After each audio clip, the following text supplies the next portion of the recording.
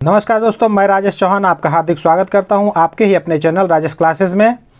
अपने पिछले वीडियो यानी हेल्पिंग वर्ब्स के पार्ट 1 में हमने प्राइमरी हेल्पिंग वर्ब्स जैसे does, do, is, are, am, has, have, has been, इन सभी हेल्पिंग वर्ब्स को, जिसको ऑक्सिलरी वर्ब भी कहा जाता है, उनके बारे में बहुत बारीकी से जाना। इसकी अगली कड़ी में आज हम सीखेंगे जो कल बताया था आपको मॉडल वर्ब्स के बारे में। मॉडल वर्ब्स भी हेल्पिंग वर्ब ही होते हैं, लेकिन इनमें और इनमें थोड़ा सा फ़र्क होता है। क्या फ़र्क होता है वही आज हम जानने वाले हैं। तो चलिए करते हैं वीडियो को स्टार्ट। मॉडल वर्ब्स वे हेल्पिंग वर्ब्स होते हैं जिनका स्वरूप कभी नहीं बदलता, चाहे कर्ता एक वचन में हो अथवा बहुवचन में। पहला विशेषता ये हो गया कि जो मॉडल वर्ब्स होते हैं will, shall, would, should, can, could, may, might, must, ought to, ये सारे लोग जो है इनका स्वरूप नहीं बदलता। इनमें क्रिया का पहला रूप, दूसरा रूप, तीसरा रूप ऐसा नहीं लगता है, और ना ही इनमें यस या यस जुड़ता है, डू का डज, ये सब नहीं होता है इसमें। दूसरा इसका क्या है विशेषता कि इसके बाद लगने वाले वर्ब्स का बेस फॉर्म यानी क्रिया का मुख्य स्वरूप ही लगता है, यानी कि वर्ब का फर्स्ट फॉर्म। जैसे जब हम प्राइमरी हेल्पिंग वर्ब्स के बारे में जब कल बात कर रहे थे, तो कई बार वर्ब्स की जो फॉर्म है वो चेंज हो जाती थी। कहीं वर्ब्स का थर्ड फॉर्म लगता था, कहीं वर्ब का बेस फॉर्म ही लगता था, कहीं वर्ब्स में आईएनजी जुड़ जाता है। लेकिन यहाँ इनके साथ ऐसा नहीं है, वर्ब्स फर्स्ट फॉर्म में ही लगता है हर जगह पे। इसी चीज़ को और भी डिटेल से उदाहरण के साथ समझेंगे। चलिए आगे बढ़ते हैं। तो कैन, मे, कुड, इसका प्रयोग कहाँ किया जाएगा ये इसमें सीखेंगे हम। इन तीनों का शाब्दिक अर्थ होता है सकना। कैन मतलब भी सकना, मे मतलब भी सकना, कुड मतलब भी सकना या सका। ठीक, तो इसका प्रयोग जब हम किसी से परमिशन या अनुमति लेने के लिए कोई शब्द कहते हैं, कोई वाक्य कहते हैं, तो वहाँ पे हम इन तीनों का प्रयोग करते हैं। अब अनुमति भी कितने प्रकार से होती हैं, तो जब हम अपने से छोटे या बराबर वाले से या अपनी फैमिली के कुछ मेंबर से, परिवार के सदस्य जो बहुत क्लोज फ्रेंड रहता है, उनसे जब हम बात करते हैं तो वहाँ पे फॉर्मेलिटी की कोई ज़रूरत नहीं होती, तो वहाँ पे हम कैन शब्द का यूज करते हैं। Can I use your pen, क्या मैं आपका पेन इस्तेमाल कर सकता हूँ। कैन मतलब सकता हूँ, तो यहाँ पे हमने कैन का इस्तेमाल किया। और एक बात और ध्यान रखिएगा, जब भी किसी वाक्य में अगर हेल्पिंग वर्ब सेंटेंस के सबसे पहले लगा हो तो वो सेंटेंस इंटरोगेटिव सेंटेंस बन जाता है, यानी प्रश्नवाचक वाक्य बन जाता है। तो यहाँ पे can I use your pen, क्या मैं आपकी पेन इस्तेमाल कर सकता हूँ। अब उसी जगह पे मे शब्द का हम इस्तेमाल मोर पोलाइटली रूप में करते हैं। बहुत सम्मान पूर्वक यदि हमको किसी से इजाज़त लेनी रहती है तो ससम्मान हम ये शब्द यूज करेंगे, मे आई यूज़ योर पेन, क्या मैं आपका कलम इस्तेमाल कर सकता हूँ। तो यहाँ पे हम किसी से इजाज़त ले रहे हैं, बिल्कुल पोलाइटली ले रहे हैं। और इससे भी पोलाइट और ये शब्द है कुड। अगर आप कुड शब्द का इस्तेमाल करते हैं अपने वाक्य में, तो सामने वाला, सुनने वाला, उसको ऐसा लगेगा कि अरे यार ये कितना प्यारा इंसान है, कितना बेहतरीन बढ़िया इंसान है कि इतनी विनम्रता से, इतनी झुक के हमसे इजाज़त ले रहा है, तो वो अपनी परमिशन भी दे देता है। जैसे यहाँ पे could I use your pen, क्या मैं आपकी पेन को इस्तेमाल कर सकता हूँ, तो वहाँ पे अधिक विनम्रता के लिए मोर पोलाइटली वर्ड है कुड। तो ये तीनों सकता हूँ है, लेकिन अब समझ में आ गया ना कहाँ पे हम कैन का, मे का, कुड का इस्तेमाल कर सकते हैं। मोर पोलाइटली वर्ड है कुड। अब नेक्स्ट है फॉर एबिलिटी, क्षमता, सामर्थ्य बताने के लिए भी हम कैन, मे, कुड का इस्तेमाल करते हैं। अब कैसे कैसे करेंगे, तो प्रेजेंट या फ्यूचर में अपनी क्षमता बताने के लिए कैन मतलब सकना, और पास्ट में मतलब बीत गया जो समय है उसके बारे में जब हम बात करते हैं, वहाँ पे अपनी सामर्थ्य को बताने के लिए कुड का प्रयोग किया जाता है। कुड मतलब सकता था या सका, इसका इस्तेमाल किया जाता है, इसको हम बोलते हैं। जैसे उदाहरण देखकर बिल्कुल समझ में आ जाएगा। आई कैन स्पीक इंग्लिश, मैं अपनी क्षमता बता रहा हूँ कि मैं अंग्रेजी बोल सकता हूँ, मेरे सामर्थ्य में है कि मैं अंग्रेजी बोल सकता हूँ, तो हमने कैन शब्द का इस्तेमाल किया। वहीं पे I could not speak English when I was younger, हम अपने बीते हुए समय की बात कर रहे हैं यहाँ पे कि जब मैं छोटा था तब मैं अंग्रेजी नहीं बोल पाता था या बोल सकता था, तो वहाँ पे हमने कुड लगाया। तो कुड का प्रयोग यहाँ भी है, वहाँ पोलाइटली के लिए भी है यहाँ पे, लेकिन जब हम बीते समय में किसी चीज़ के बारे में, अपनी सामर्थ्य के बारे में बात करते हैं किसी से, तो वहाँ भी कुड लगाते हैं कि I could not speak English when I was younger, जब मैं छोटा था तो अंग्रेजी नहीं बोल पाता था या बोल सकता था। एक और जगह पे है जो कुड का इस्तेमाल होता है, I am sorry I could not do your job, मुझे खेद है मैं तुम्हारा काम नहीं कर सका। ठीक ना, किसी ने कोई काम बताया था और वो समय पे पूरा नहीं कर पाया, तो उस जगह पे ये शब्द बोलेगा कि आई एम सॉरी, मुझे खेद है।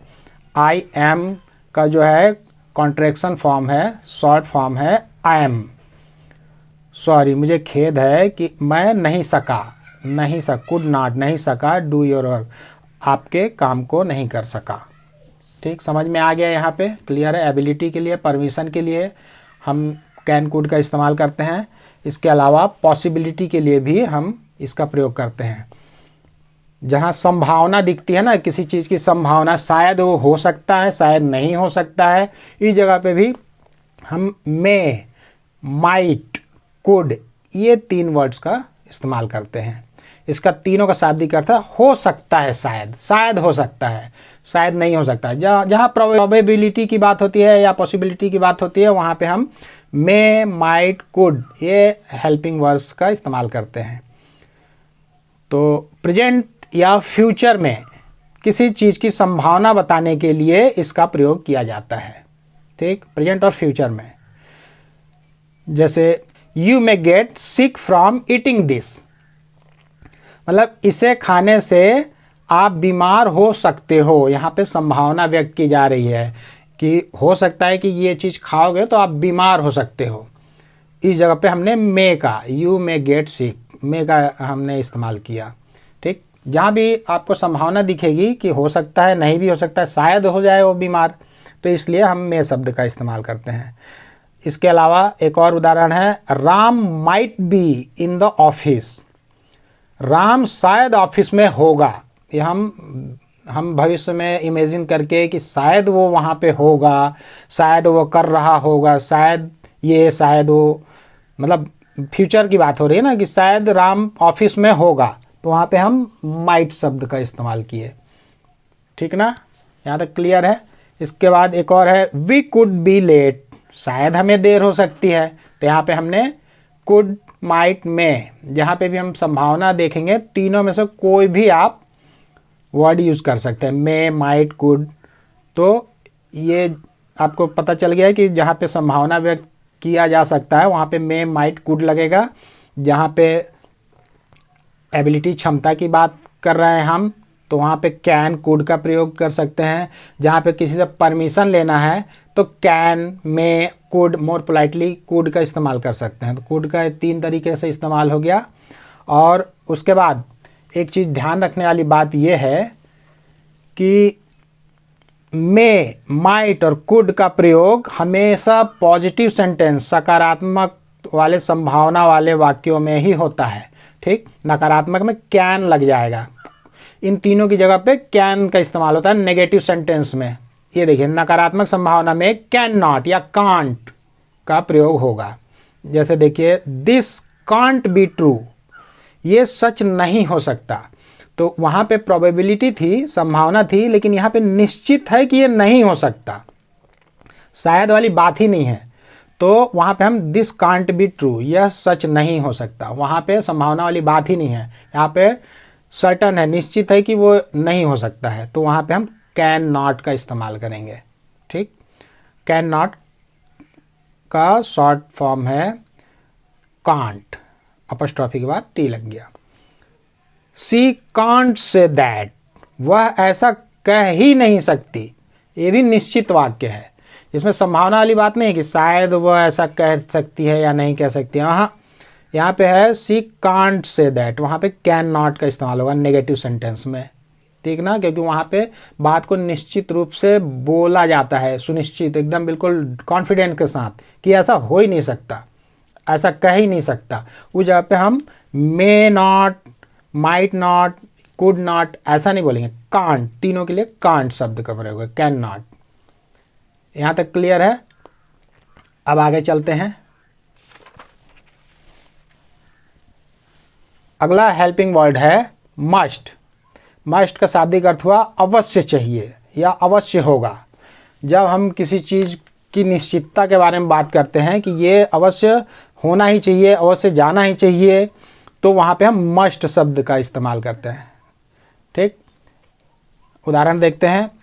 यू मस्ट गो देयर, तुम्हें वहाँ अवश्य जाना चाहिए या जाना ही होगा, तुम्हें वहाँ अवश्य जाना ही चाहिए, जाना ही होगा। वहाँ पे ये हम किसी को एक निर्देशित कर रहे हैं, एक निर्देश दे रहे हैं, एक तरह से अवश्य करना ही होगा तुमको, तो उस जगह हम मस्ट शब्द का इस्तेमाल करते हैं, मस्ट वर्ड है ना, मस्ट मतलब अवश्य चाहिए। You must do this work, तुम्हें यह काम अवश्य करना ही चाहिए या करना होगा, तो एक तरह से निर्देश दे रहे हैं ना, तो एक निश्चितता है कि इसके अलावा तुम्हारे पास कोई ऑप्शन नहीं है, करना ही चाहिए, तो वहाँ पे मस्ट शब्द। जैसे एक और है the child must be hungry, बच्चे को जरूर भूख लगी होगी। ये हम बिल्कुल जोर देकर बोल रहे हैं कि उसको भूख लगी ही होगी, इसलिए इसमें संभावना की ज़रूरत ही नहीं है, तो वहाँ पे मस्ट लगेगा। मस्ट जहाँ पे भी निश्चितता वाली वाक्य होगी, जहाँ पे हम एक निर्देशित जैसा एक कॉन्फिडेंट के साथ बात करेंगे, तो वहाँ पे मस्ट हेल्पिंग वर्ब का इस्तेमाल किया जाएगा। और उसके बाद आप ध्यान दे रहे हैं, इसके बाद आने वाले वर्ब का फॉर्म चेंज नहीं हो रहा है, ये फर्स्ट फॉर्म में ही है। गो मतलब जाना, वेंट मतलब गया, गॉन मतलब जा चुका, तो ये वर्ब का फर्स्ट फॉर्म ही लगता है। ये जितने भी मॉडल वर्ब्स हैं ना, उनके बाद जो वर्ब का है वो फर्स्ट फॉर्म ही लगता है। तो गो, डू, डू मतलब करना, डू, डिड, डन, ये first form do, second form did, third form done होता है, लेकिन यहाँ पे भी मस्ट के बाद डू लगा हुआ है। ठीक, यहाँ पे भी बी फर्स्ट फॉर्म ही है, बी मतलब होना, बीन मतलब second form, third form.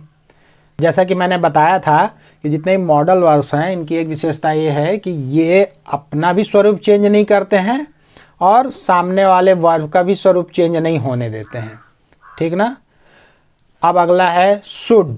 Should मतलब चाहिए, तो शुड मतलब चाहिए तीन प्रकार से हम इस्तेमाल कर सकते हैं इस शब्द को। जैसे जब हम एडवाइजरीज यानी सलाह के रूप में बात करते हैं, तब वहाँ पे हम शुड का इस्तेमाल करते हैं। शुड मतलब चाहिए। जब हम किसी को सलाह देते हैं ना, परामर्श देते हैं, तो यू शुड डू दिस, तुम्हें ये करना चाहिए यार, ये मैं सलाह दे रहा हूँ, तो उस जगह हम शुड का प्रयोग करते हैं। जैसे you should stop eating fast food, मतलब आपको फास्ट फूड खाना बंद कर देना चाहिए।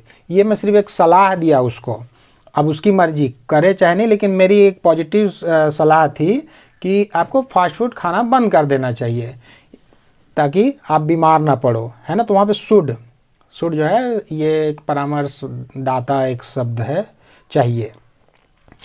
यहाँ पे कोई बाध्यता नहीं है, कोई निर्देश नहीं है कि आप अवश्य हो, ऐसा कुछ नहीं है। ठीक, करना है करो, नहीं करना है भाड़ में जाओ, लेकिन हम सलाह दे रहे हैं, वो चीज़ है। दूसरा है टू आस्क क्वेश्चंस। जब हम किसी से सवाल पूछते हैं ना, तो वो जो हेल्पिंग वर्ब शुड है, सेंटेंस के सबसे पहले वो वर्ड लग जाता है। मैंने बताया था ना, क्वेश्चन जो है इंट्रोगेटिव सेंटेंस में हेल्पिंग वर्ब जो सेंटेंस के सबसे पहले इस्तेमाल किया जाता है।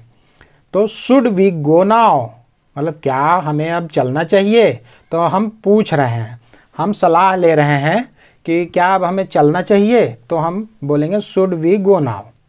ठीक, फिर इसी तरह का एक वाक्य है वुड। वुड मतलब होता है चाहेंगे या चाहूँगा। तो वुड जो है वो सलाह नहीं है, वो विनम्रता से एक निवेदन है। हम किसी से निवेदन करेंगे कुछ चीज़ लेने देने करने के लिए अपने फेवर में, तो हम वुड शब्द का इस्तेमाल करेंगे। ठीक, WOULD, तो यहाँ पे जो है L जो है साइलेंस हो जाता है इसमें, शुड, वुड, कुड, इस सब में L साइलेंस रहता है।